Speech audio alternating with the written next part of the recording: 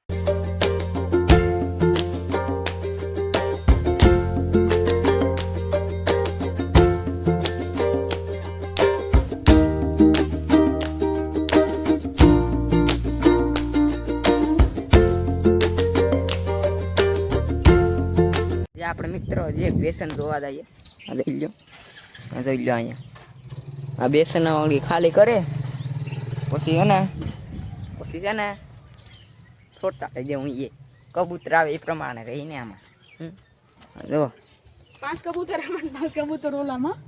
હા, પતરાને અડાડે ને રાખ. હું સાંયો આવે ને.